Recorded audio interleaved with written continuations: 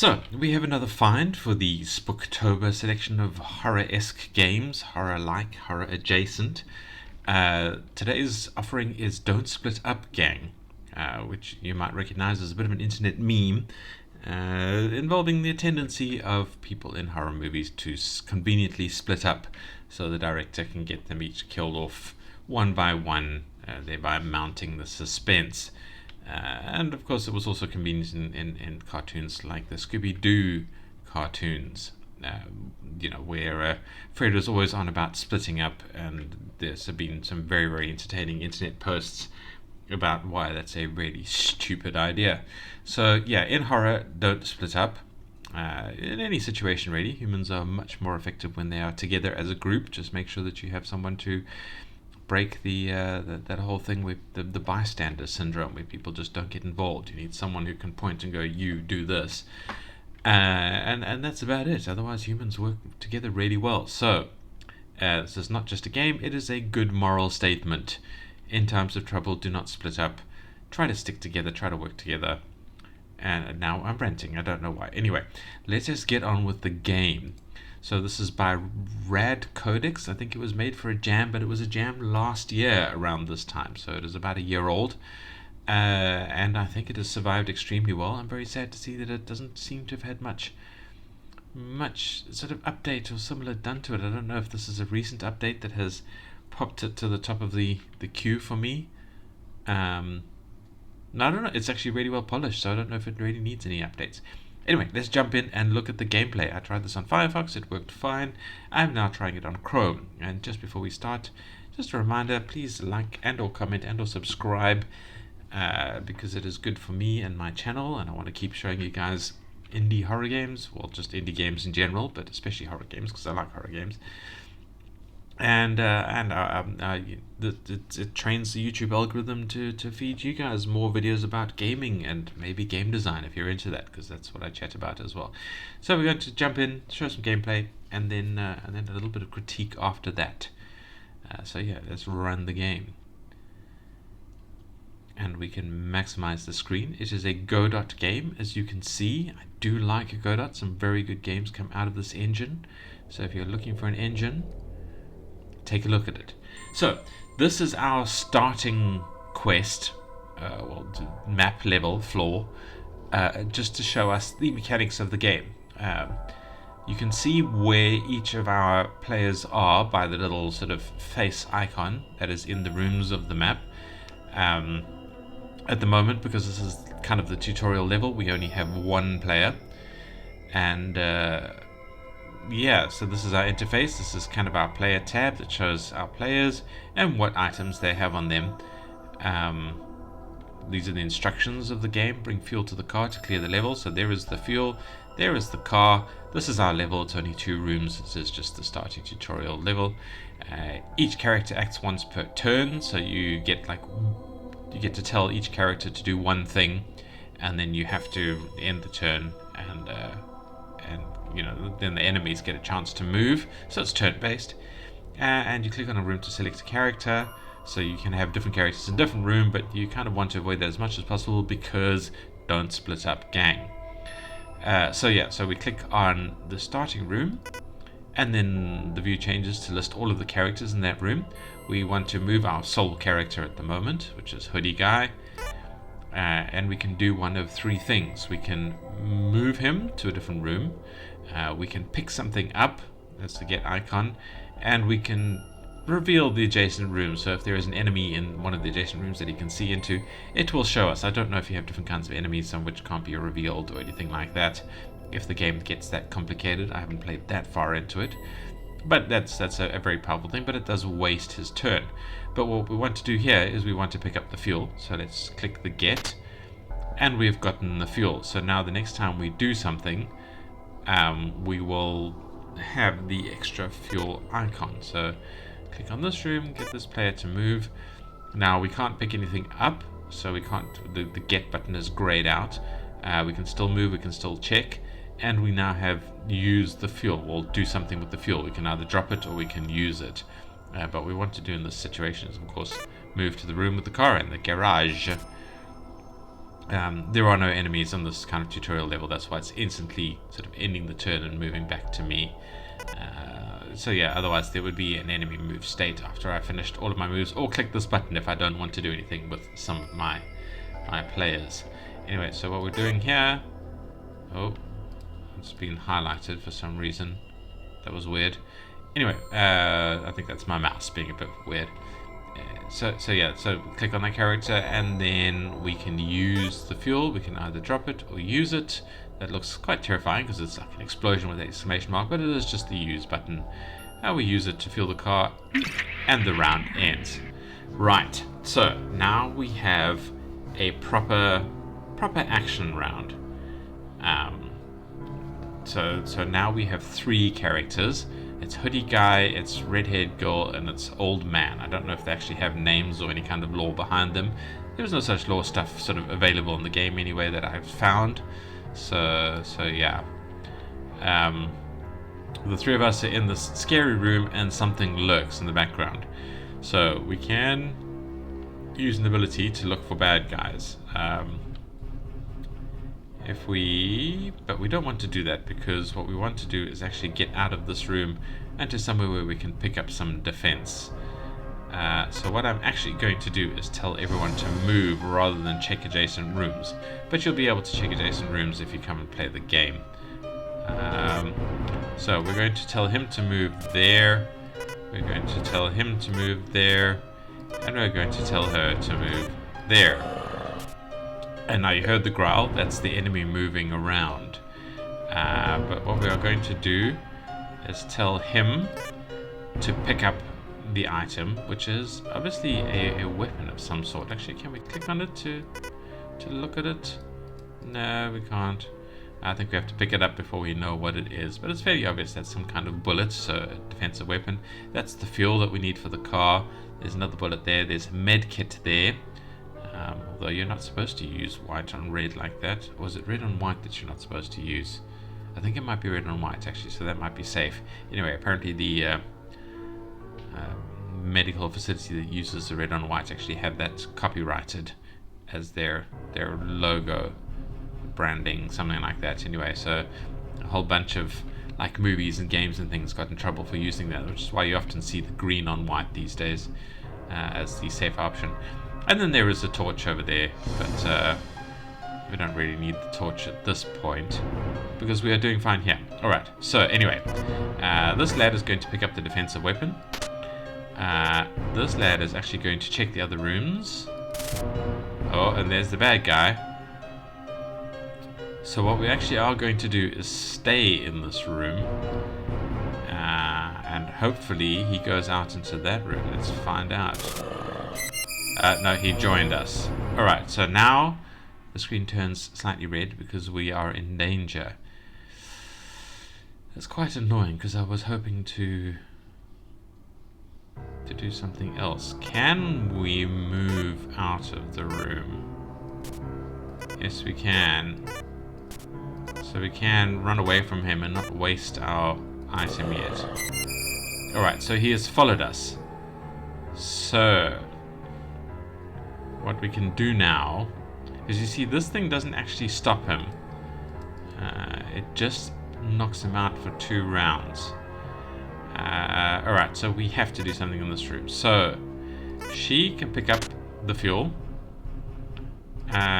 He might as well take a look around because we can't move everyone. We want to keep everyone together. And you can see that everything else there is empty. And he can actually stun the bad guy. So stun foes for 2 turns. And we can use that. Boom. So he is knocked out. We now have a round to move. So now we can just run away. Yeah. I was going to say maybe I should have gone the other way, but there's no actual value into which way we're going. Alright. So we're safe and we're running the hell away.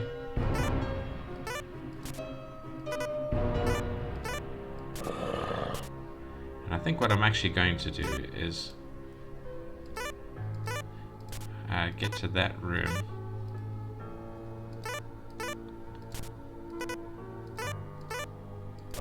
So he can pick up an item, and since we are waiting here, he can check to see, okay, the bad guy is with us, and she can also let's let her check to see as well. Alright, so the bad guy has moved away. Where did he move to? Did he not know where we've gone? Let's move there. I don't know where he's gone. Alright, so let's let dude pick up the med kits just because we can. I don't know if you carry items through to future stages, but I like collecting all the items as well. I guess we'll find out. He can reveal other rooms, and she can head into there. Okay, right, so you get to stun the dude. You get to move over there, and you get to pick an item up. So you get to move to there while the dude is stunned, and you get to use the fuel. We fill the car, and we run away, and everybody has successfully run away. Now, we don't seem to have... Did he have an item? I think he had a med kit, or did someone else have the med kit? Did the only person who didn't have an item be the one carry through? I can't actually remember. Anyway, that is all the gameplay I'm going to show. As you can see here, there's a couple more items. There's what looks like some kind of newspaper. There's a key. Is that a lock? I think that's the lock there. Oh, and that's the lock there. So we would need the key for that lock, I think, because there is only one lock, although we could go around that way. And the fuel is up there, so we have to go that way anyway. But I want to know what that is. Yeah. Anyway, so I'm not going to work through, but as you can see, the puzzles get more complex. There are more items, and the plan is to try and maneuver the people around as efficiently as possible to not get people beaten up. When I was testing it, the one guy did get hit, and he had like a red icon on him, which the medkit then took away. The medkit, I think, heals everybody in the room, so it is like a one-use thing, but that does heal everybody around. So yeah, be careful with your medkit usage. But that's it. That's all the gameplay I'm talking about. So if you're just here for the gameplay, thank you for watching. As I said before, don't forget to like, comment, and or subscribe, because that is good for both me and you, and I would appreciate it. And really, the big one for me is just comment, because I'd love to hear from you guys. Tell me what you want me to show. Tell me what you want me to stop showing. Tell me what you had for breakfast. I don't care. Just leave me a comment, man. So I'm not yelling into the void. Every time I get a comment, it really does brighten my day. I really do appreciate it. So thank you to those of you who had, and the rest of you, just talk to me. Talk to me, guys. I'm lonely here behind the mic. I don't like it. Anyway, enough gameplay. So thank you for watching. See you in the next video. If you are here for the critique, well, what can we talk about? If we press escape, are there any keys? No, just clicks and things like that. Okay, so there is an escape to get to the menu. We can change sounds and change music separately. So it's my bare minimum / standard quality of life controls that I like to see. So good job there, Dev. Rad Codex. Love it. Thank you. Please do not let up on making your players' lives easier. And this is a really good game. Yeah, so otherwise, the UI is fine. In terms of tutorial, yeah, it wasn't bad. I mean, we had a sort of a starting enemy-free level where you could do things. Maybe a little bit more hint in the game of what to do in that first level, just how to click things and what to click, and then it might have been a bit easier to kind of get into it. I figured it out quickly enough, but could an absolutely green player who's never touched a game before, could they figure it out? Remember, that's the sort of people that can stumble into itch.io and might become a hardcore gamer, and that's what we want. We want more gamers in the world, so make sure that you have things that make their lives easier if you have them. So yeah, that's Could do with a little bit more tutorial, but as it is, the tutorial sort of level that it has is a good one. Thank you for making a good job. Um, the sounds are interesting. They're fine. They are theme appropriate. At least the music isn't too 8-bitty, which I like. Um, but the rest of the sounds are 8-bitty, which is fine. They've got that nostalgia element, and obviously that's the theme of the game. So that's what we like to see. So yeah, good job there. The art again, very very retro, very 8-bitty pixelated. I mean, for a game like this, it absolutely works fine. So I think full marks for the art. It's maybe a little blocky around the menu. That could be themed out a little bit more, made a bit less blocky, because I mean this isn't actually 8-bit. It's just 8-bit like. So you can go a little crazier with the menus and things like that. It was made for a game jam, but it's been a while since that. People seem to be liking it still. There's some comments. So yeah, maybe spruce up the theming a little bit. It's obviously not necessary, but that would be my recommendation there. So we come to the gameplay. The gameplay is fantastic. I love the kind of puzzly moving. I don't know if the stun should just stun the enemies. It would be nice if we could get one that can kill them. Maybe you can later in the game. I don't know what is going to be coming up, but yeah, I like the idea that you can just floor the enemy and then just relax and leave. Or maybe another one spawns after a certain amount of time. I don't know. Does that remove the thrill or the challenge, perhaps? Obviously, there's no sort of gameplay elements, sort of scary elements in the gameplay. There's no jump scares per se, which is missing from a horror-esque game. But I don't know how you would be able to fit that into something like this, unless when an enemy appears, it flashes an image on the screen that goes "Rah!" something that scares you. I don't know. That might be a bit cheesy, might be a bit lame. But I think this game is fantastic, and it does, to a certain degree, capture that kind of vibe of something like Scooby-Doo and Friends. Was it and Friends and Gang? Scooby-Doo Mysteries? Yeah. I don't know, I can't remember what it was called. Anyway, it has that kind of vibe to it, especially now that there's a dog as part of the group. Can the dog not carry things, I'm wondering? Or not use things? You might have to be careful about that, sort of have the dog out as your sort of alert system.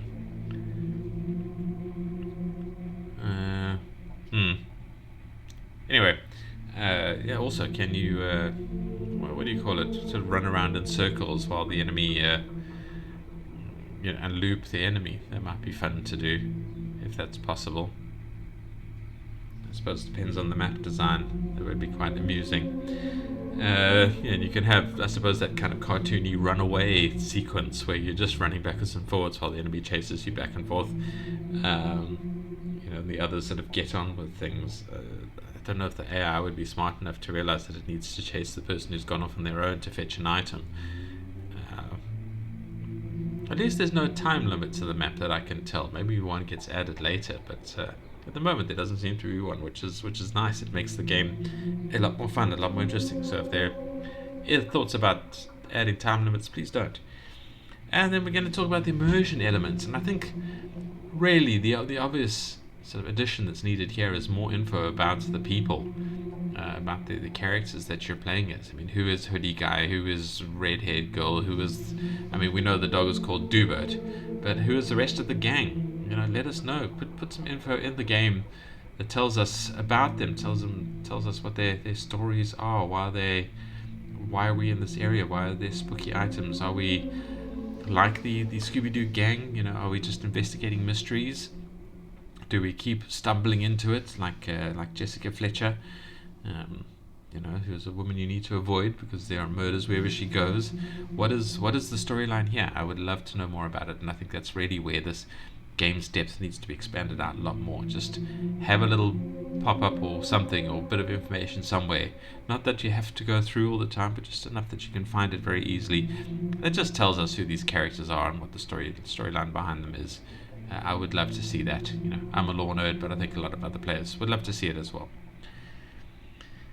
And that's it. That's all from me. That's all the critique I want to offer this. I think it is otherwise a fantastic little game, and I'm very, very happy to see it. And I hope it continues to expand in the Itch.io universe so that more people play it. And I hope it becomes a big, fully fleshed out game that ends up on Steam, and the dev makes a bit of money from it. That would be great. The devs credits here are Eric Singer and Sean Hayden. Good job, guys. Love to see it. Bravo. And cannot wait to see more in the next release from you. I think there's been quite a few releases from you in the view all button, but yeah, give this one a little bit more love because this is a good game and it's October. People want to see it. And thank you all for watching, and I appreciate your attention, and I hope to see you in the next video. Goodbye.